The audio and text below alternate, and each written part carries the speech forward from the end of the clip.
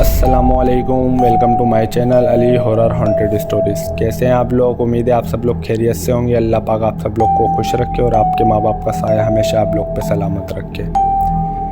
ये मेरी दुआ है और मुझे भी अपनी दुआओं में याद रखा करें। आज मैं आपसे 2 स्टोरी शेयर करूँगा। पहली स्टोरी हमें इंडिया से नूर फातिमा ने भेजी है और दूसरी स्टोरी अकबर ने भेजी है। वो स्टोरी कहाँ से भेज रहे हैं ये उन्होंने नहीं बताया। स्टोरी बहुत खौफनाक है, जिनको डर लगता है वो आयतल कुर्सी पढ़ लें। बढ़ते हैं अपनी स्टोरी की तरफ। अस्सलामुअलैकुम अली भाई, मेरा नाम नूर फातिमा है। मैं इंडिया के शहर मदानगीर में रहती हूँ और मैंने आपके चैनल की स्टोरी सुनी, मुझे पसंद आई तो मैंने आपसे अपनी खाला की स्टोरी शेयर करनी है। उम्मीद है आपको और आपके यूट्यूब ऑडियंस को मेरी स्टोरी पसंद आएगी। मैं आपका टाइम वेस्ट ना करते हुए अपनी स्टोरी शुरू करती हूँ। जो वाक़या आज मैं आपको बताने जा रही हूँ ये मेरी खाला के साथ पेश आया। मेरी खाला खानपुर में रहती थी। ये 2004 की बात है जब वो और खालू हमारे पास आ गए। कुछ दिन वो हमारे घर रहे, फिर इन्होंने रेंट पे घर ले लिया और इधर शिफ्ट हो गए। वो घर काफ़ी पुराना बना हुआ था और इसे देख के खौफ आता था। हम बहुत कम इनके घर जाते, स्कूल से आकर ट्यूशन चले जाते। घर रहने और कहीं जाने का टाइम ही नहीं मिलता था। अम्मी दिन के टाइम खाला के पास रहती। खाला की तबीयत ठीक नहीं रहती थी। खाला लोगों ने जो घर लिया था वहाँ पहले एक क्रिश्चियन फैमिली रहती थी। इनका आदमी काला जादू जानता था। काफ़ी लोग इसके पास आते थे। मोहल्ले वालों ने तंग आकर वो घर खाली करवा लिया। इसके बाद वो घर खाला लोगों ने ले लिया। इस घर से अजीब सा खौफ आता था। खालू के पास अभी कोई अच्छी जॉब नहीं थी जो वो कोई और घर लेते। इस घर का रेंट कम था इसलिए इधर गुजारा करना था। इनको अभी इस घर में कुछ दिन ही हुए थे कि अजीब अजीब वाक़यात होने लगे। कभी दीवार पे खून लगा होता, कभी सहन में गोश्त के टुकड़े पड़े होते, कभी कपड़ों पे कट लगे होते, तो कभी घर से चीज़ें गुम हो जाती। खाला जब खालू को बताती तो कहते वहम है तुम्हारा और कुछ नहीं। इन बातों को नहीं मानते थे। वक्त ऐसे ही गुजरता गया। खाला के घर बेटा हुआ।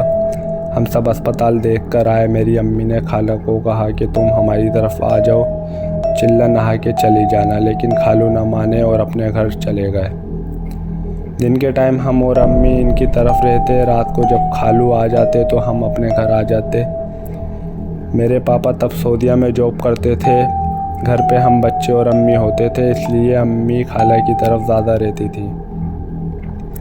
बच्चे 3 दिन का था। सर्दियों के दिन थे, दिसंबर का महीना था। सब लोग जल्दी खाना खाकर बिस्तर में लेट जाते।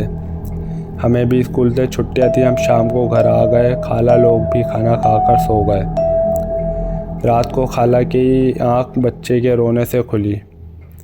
खाला ने देखा कि एक बहुत अजीब औरत बच्चे के पास खड़ी हंस रही है और बच्चा रो रहा है। खाला ने जब ये सब देखा खाला के होश गुम हो गए। खाला ने हिम्मत करके खालू को उठाया। खालू ने जब इस औरत को देखा जो इनको देखकर हंसी जा रही थी, खालू ने ऊंची आवाज़ से सूरह नास पढ़ना शुरू कर दी और वो औरत गायब हो गई। खालू ने टाइम देखा तो अजान होने में 20 मिनट रहते थे। खाला लोग जागते रहे। सुबह खाला लोग हमारी तरफ आ गए और आकर भी खाला को वो औरत नज़र आती थी। अम्मी हमें ना बताती कि घर में क्या हो रहा है ताकि हम डर ना जाएं। मेरी अम्मी सारी रात खाला के साथ जागती रहती थी। खालू ने एक जानने वाले से बात की। इसने एक आदमी का बताया जो रूहानी इलाज करता था। इसने घर के दरवाजे पे लगाने के लिए तावीज़ दिए और 2 तावीज़ दिए, एक खाला के लिए और एक बच्चे के लिए।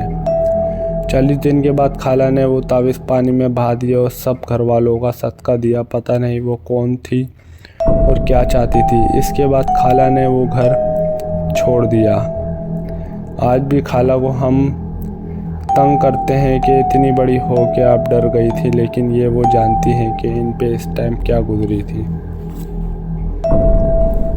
ये थी हमारी पहली स्टोरी। शुरू करते हैं नेक्स्ट स्टोरी।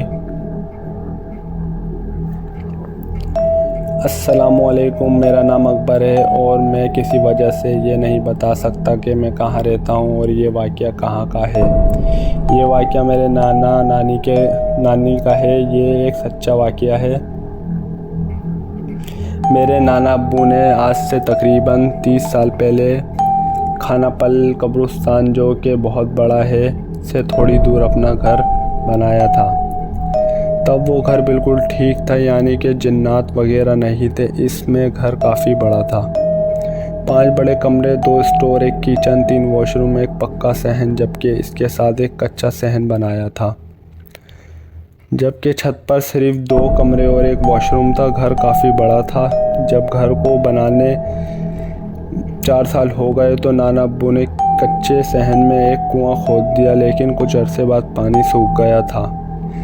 तब नाना अब्बू ने कुआं बंद करवा दिया, लेकिन कुआं बनवाने के बाद से ही घर में जिन्नात की मौजूदगी का एहसास होने लगा।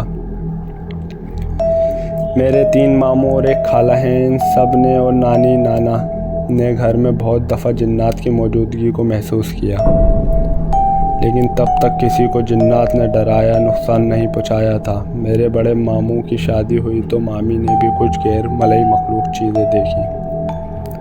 नाना अब्बू ने कुआं बंद करवा दिया। एक दिन मेरी नानी अम्मी ने एक कमरे में आटे की बोरी रखी। जैसे ही वो कमरे से बाहर निकलने लगी, वो आटे की बोरी खुद ब खुद कमरे के दरवाजे के पास आ गिरी।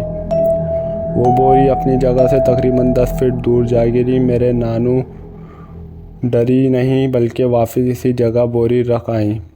मेरी नानी अम्मी और नाना दोनों गांव के रहने वाले थे। इन्होंने गांव में बहुत बार इस तरह की चीज़ें होती देखी थी, इसलिए वो डरते नहीं हैं। इसके बाद घर के हर अफराद के साथ कोई ना कोई वाक़या होता रहा। मेरे बड़े मामू और मामी छत पे रहते थे। एक दिन मेरे छोटे मामू ने मामी को डराने के लिए दूर से छोटा भालू मारा।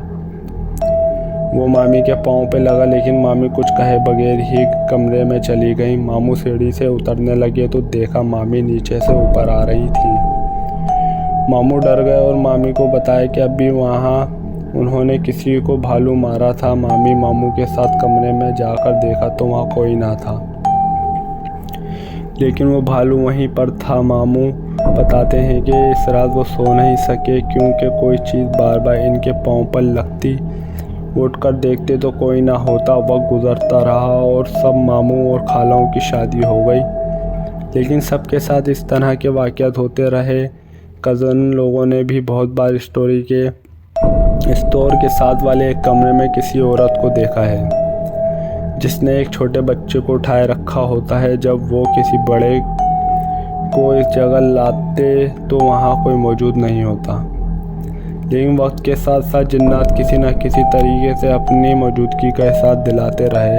अब तो सबको यकीन हो गया था। मेरे नाना छत पर सोते थे, गर्मियों में बाहर खुले सहन के नीचे सोते हैं। इन पर 2-3 दफ़ा किसी चीज़ ने हमला किया। इनकी मच्छरदानी उखाड़ देती।